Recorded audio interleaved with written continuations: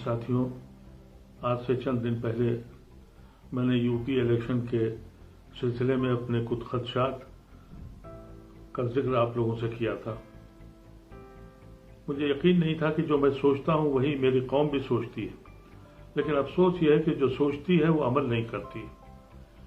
न जाने कहां कहां से लोगों के फोन आए और उन्होंने इस अहमियत को समझा कि 2022 में यूपी का जो इलेक्शन है वो हिंदुस्तान को किस सिमत ले जाने वाला है। सिमत तो उसे मालूम है जिस तरफ जा रही है, लेकिन वो बर्बादी की आखिरी मंजिल है जिसका फैसला मार्च 2022 में होगा यूपी के इलेक्शन से। बहुत लोगों ने मुझसे सवाल किए हैं कि कैसे किया जाए, कौन करे। ज़्यादातर लोग तो हिम्मत हार गए हैं, पस्त हैं, बहुत से लोग मायूस हैं, बहुत से लोगों ने हिम्मत छोड़ दी है।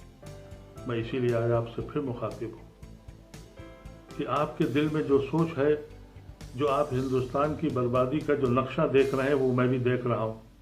हाँ, कुछ बीमार लोग जो सियासत के बीमार हैं वो अपने बायोडाटा बना रहे हैं। वो कह रहे हैं कि हम पहुंच जाएंगे। एक साहब ओवैसी साहब हैदराबाद से तशरीफ ला रहे हैं, वो कह रहे हैं हम 100 सीटें लड़ेंगे। और हमारी कौम ये कह रही है कि हम अपनी पावर चाहिए। कितने एमएलए चले जाओगे? 3, 4, 5? तो तुम्हारी पावर तुम्हारे पास आ जाएगी। तुम्हें मालूम है कि इजराइल की पार्लियामेंट में 8 मुसलमान हैं, फिलिस्तीनी मेंबर ऑफ पार्लियामेंट। क्या शुरू है गाजा में मुसलमानों का? कितने मजालिम ढाए जा रहे हैं, मस्खरे वहां बैठे हुए हैं। मुश्किल तो यह है कि तुम अपनी जात के लिए जिंदा रहते हो, इसलिए कहते हो कि चलो हम लड़ लेते हैं। हार जाएंगे क्या बात है? एक मेले में, जश्न में हमारा नाम तो होगा।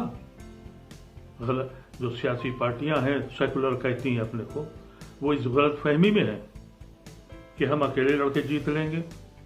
मौका बहुत अच्छा है, चाहे मुलायम सिंह की पार्टी हो, अखिलेश की पार्टी हो, मायावती की पार्टी हो, कांग्रेस हो, आम आदमी पार्टी हो, जितने भी हैं, कोई अकेला नहीं हरा पाएगा। क्योंकि 2022 के इलेक्शन का एजेंडा डिक्लेयर हो चुका है। मियां को ठीक करना है और योगी को वापस लाना है।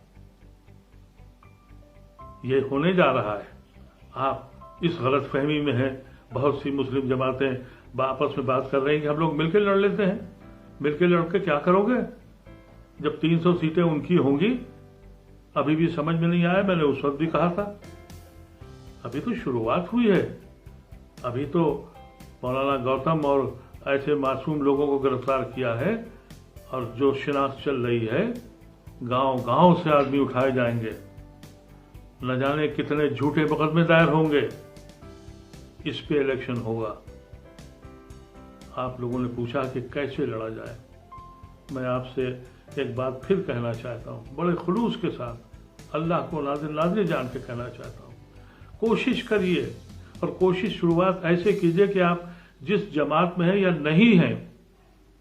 मुझे जिन लोगों ने, ज़्यादातर लोगों ने जो फोन किए हैं वो सियासी लोग नहीं हैं, रिटायर्ड फौजी हैं, रिटायर्ड प्रोफेसर्स हैं, डॉक्टर्स हैं, इंजीनियर्स हैं।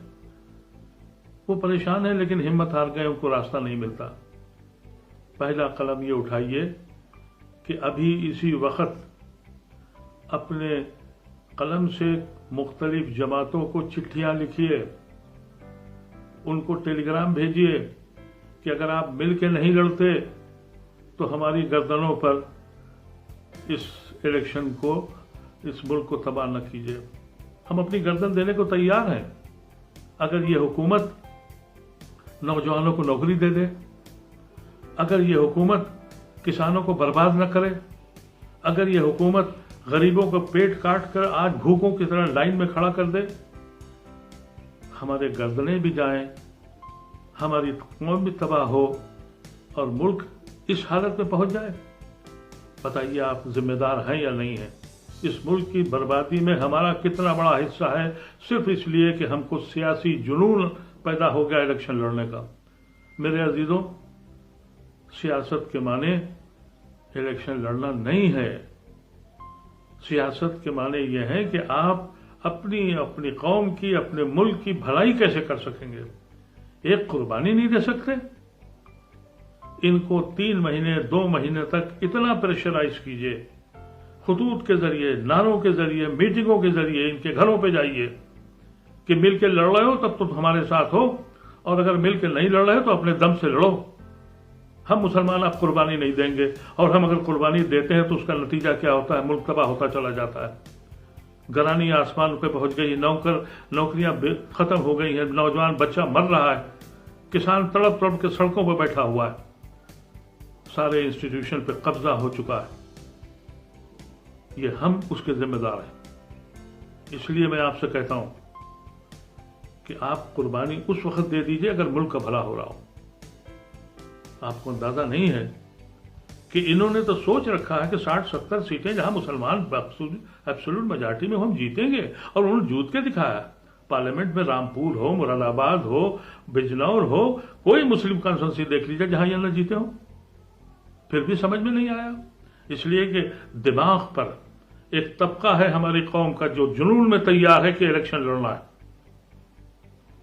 इन लोगों से बचिए, और अगर अक्टूबर तक ये लोग पॉलिटिकल पार्टीज साथ बैठ के लड़ने का मिनिमम प्रोग्राम का फाका नहीं बनाते हैं तो मेरी जिंदगी जितनी बाकी है, घर घर जाऊंगा, आपसे भी कहूंगा और आप भी घर घर जाइए और समझाइए इनको। इसलिए अगर ये हाथ से निकल गया, यूपी का इलेक्शन निकल गया, तो इस मुल्क में कुछ बचने वाला नहीं है, सब खत्म हो जाएगा। आपकी हालत ये हो गई है कि बीजेपी खुल के कहती है, अब कोई इसका छुपा डंडा नहीं है, वो खुल के कहती है कि मियां को ठीक करना है। ये इलेक्शन इसी बात पे लड़ा जा रहा है, और सियासी पॉलिटिकल पार्टीज की वो हालत कर दी है उन्होंने कि आपके बेगुनाहों को पकड़ा जाएगा अभी, और पकड़ा जा रहा है इस नाम से कि ये कन्वर्जन ऑफ इस्लाम मजहब हो रहा है। एक की हिम्मत नहीं है बोलने की, इसलिए वो डरा हुआ है कि कहीं ऐसा ना हो कि हिंदू पोलराइजेशन हो जाए। वो आपको जेल जाता हुआ देखता रहेगा और एक दिल में कहता रहेगा कि बड़ी नाइंसाफी हो रही है मुसलमानों के साथ, लेकिन हिम्मत उनकी नहीं है। ये माहौल ऐसा क्रिएट हो गया है, आपके साथ खड़ा नहीं होगा। आपने देखा था जब आपके बच्चों को लिंच किया गया, कोई गया नहीं गया, इसलिए नहीं कि उससे आपको हमदर्दी नहीं है, बल्कि इसलिए नहीं गया कि उसका वोट कट जाएगा। वो जिंदा इसीलिए कि उसे वोट चाहिए सिर्फ। आप राह दिखा सकते हैं, आप रास्ता बता सकते हैं, लेकिन मुश्किल यह है कि सोचने का मकाम है आपके लिए, आप सोचते नहीं हैं। आप सोच भी लेते हैं तो फिर उस पर अमल करने को तैयार नहीं है। अमल करने का वक्त है मेरे दोस्तों, मेरे अजीजों। अमल यही है कि इसी वक्त, जिस वक्त यह कान में मेरी आवाज आपके समझ में आए, उसी वक्त पॉलिटिकल लीडर्स को एक खत डाल दीजिए, टेलीफोन कर दीजिए, इतनी घंटियां बजाइए कि इनकी नींदें उड़ जाएं और इनकी समझ में आ जाए ये बात। आज ये फार्मूला चल रहा है बहुत जमाने से कि बीजेपी की वजह से उसको हराने के लिए हमें वोट मिलेगा। मायावती भी यही कहती रही और मिला, अखिलेश भी यही कहते रहे और मिला, और कांग्रेस भी यही कहती रही और मिला। ये बंद कर दीजिए। हम इसलिए नहीं जिंदा हैं कि बीजेपी को हराने के लिए आपको जिता रहे हैं, हम इसलिए जिंदा हैं कि हमें इस मुल्क को, अपनी कौम को ठीक करना है और ऊंचाई पे ले जाना है। लेकिन सब उल्टा हो रहा है, और ये जो हजरात हैं, सबका विकास, सबका विश्वास, ये फ्रॉड में मत आइएगा। ये खूबी इनकी जरूर है, ये कत्ल भी करते हैं और पता नहीं लगता। अपनी बात खत्म कर रहा हूं उस शेर से कि न दामन पे छींट है, न खंजर पे दाग। न दामन पे छींट है, न खंजर पे दाग। तुम कत्ल करे हो या तमाशा करे हो। समझ में बात आपकी आई? फिर मुखातिब होऊंगा चंद दिन के बाद, फिर झंझोड़ूंगा आपको, और अगर नहीं जागे आप तो मैं खुद अकेला निकलूंगा अपनी सेहत, अपनी उम्र के बावजूद। मुझे हौसला इसलिए मिला है कि जो लोग सियासी नहीं हैं वो साथ चलने को तैयार है। अक्टूबर तक का वक्त इनको दीजिए, अक्टूबर तक अगर ये मानने को तैयार नहीं है तो फिर अमल का वक्त आ जाएगा। एक एक घर में आपको जाना होगा, एक एक कुर्बानी करनी पड़ेगी। अगर एक इलेक्शन आप इलेक्शन नहीं लड़े तो जिंदगी आपकी कोई खत्म नहीं हो गई है। फिर उसके बाद जब आप इलेक्शन का मौका आएगा कभी, अगर इलेक्शन हुआ, तो आप बराबर के हिस्सेदार और साझेदार होंगे। और उन लोगों से कह दीजिए जो हैदराबाद से तशरीफ ला रहे हैं, हमारे नौजवानों को बरगलाए नया, मासूम बच्चे हैं वो सियासत की ABCD नहीं समझते, जज्बात में डूबे हुए लोगों को और तबाह मत करिए। और जो इस वक्त सोशल मीडिया में और जो सेकुलर हिंदू हैं, उनको उनके साथ मिलकर इस कारवां को बनाइए। इंशाअल्लाह नतीजा बेहतर होगा, इस उम्मीद के साथ आप सब हजरात को खुदा हाफिज। बहुत बहुत शुक्रिया।